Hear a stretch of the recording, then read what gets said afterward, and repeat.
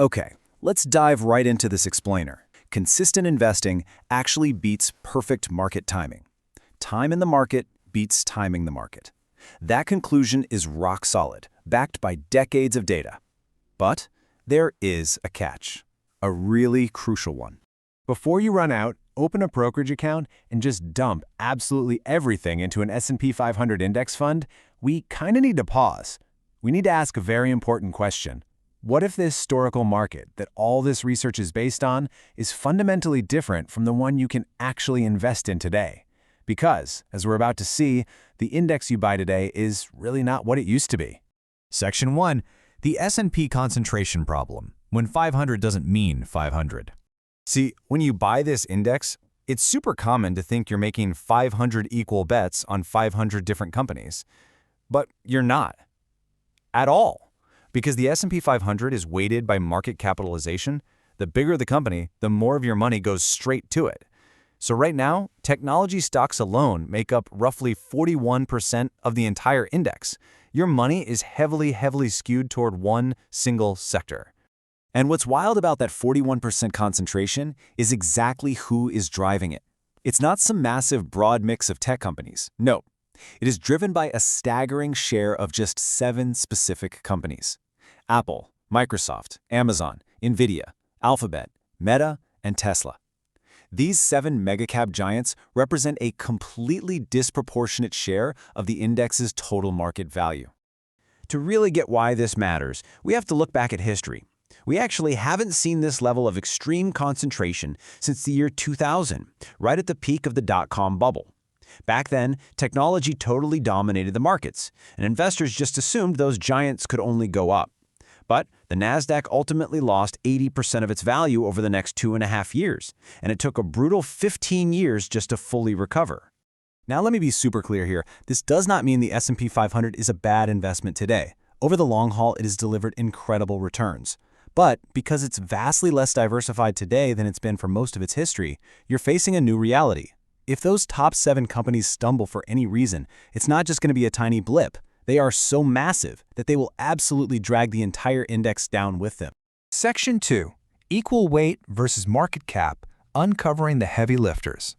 The easiest way to wrap your head around this is a direct comparison. Data from Guinness Global Investors shows us that on one side you have the standard market cap weighted version. This is exactly what you get when you buy standard S&P 500 funds. Huge mega cap influence and higher recent returns. But on the other side, look at an equal weighted version. In this theoretical setup, every single company, from the mighty Apple all the way down to a tiny regional bank, gets the exact same 0.2% slice. Recently, that standard market cap version has dramatically outperformed the equal weighted one. And that brilliantly illustrates the core issue. Those few mega-cap stocks have been doing pretty much all of the heavy lifting. The other 490-ish companies, they've actually been significantly underperforming what you'd normally expect from a broad index. So the big takeaway you need from this is that your standard index fund just isn't as broadly diversified as the word index might imply to a beginner. Section 3. The U.S. versus the world. Zooming out globally. Okay, here's a crazy fact. Let's zoom out to the broader MSCI All-Country World Index, which tracks over 2,500 stocks across developed and emerging markets. Even when investors outside the United States try to build a globally diversified portfolio using it, the U.S. stock market still represents a massive 65% or more of the entire global stock market value. So even globally, the U.S. is absolutely the heavyweight champion. Which leaves you with a really nuanced choice. Historically, the U.S. has totally outperformed the broader global market, heavily driven by that exact tech dominance we just discussed. So, history favors the U.S. But as we know, past outperformance is never guaranteed to repeat itself. You're looking at a very real trade-off. Do you accept the higher concentration risk of the S&P 500 to chase those historically higher returns, or do you take historically lower returns in exchange for the wider, more stable safety net of a global approach? Neither answer is universally right, but you absolutely must know this trade-off exists. Section 4.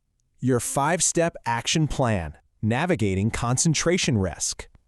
So, how do we actually navigate this without getting completely bogged down in perfect global weightings? Follow this simple 5-step framework. Step 1. Start investing immediately. Every single month you wait for perfect conditions is compounding growth you're losing forever. Step 2. Use dollar-cost averaging. Invest a fixed amount automatically on a set schedule to just take all the emotion out of it. Step 3, consider diversification. Maybe look at an 80-20 split with an international fund like VXUS to dilute that heavy US concentration a bit. Step 4, please don't over-engineer things. A simple portfolio held for decades will always beat a complex one. And finally, Step 5, automate your contributions and review everything just once a year. Complexity isn't a virtue, consistency is. Section 5. The true lesson of investing. The power of consistency. Let's bring this all back to Barbara, our incredibly successful investor from Part 1, to uncover the overarching truth here. Look, Barbara didn't end up with more money because she was some Wall Street genius or because she perfectly analyzed concentration risk. No way. She succeeded because she ruthlessly executed a basic system. She invested a fixed yearly amount with absolutely zero exceptions. She completely ignored the terrifying headlines when the market crashed, and she ignored all the euphoria when the market was at all-time highs. If you take nothing else away, adopt this one simple metaphor: just keep planting. Honestly, it doesn't matter if you plant a tree on the sunniest, most beautiful day of the year or the gloomiest, most terrifying day of the year. What matters is that you actually planted the seed. You put it in the ground and you gave it decades to grow, completely ignoring the daily market weather. Because that is the fundamental math of investing. Money in the market, even money invested with terribly imperfect timing, just relentlessly compounds over time. That is exactly how Barbara turned her initial capital into a massive $72,000 balance. Meanwhile, cash just sitting safely on the sidelines waiting for that perfect time, it's literally just losing value to inflation every single day. Invested money grows, uninvested cash does not. Which brings us to our final question. The ultimate choice you have to make today isn't about finding the perfect time to jump into the market, and it's not about perfectly dodging concentration risk.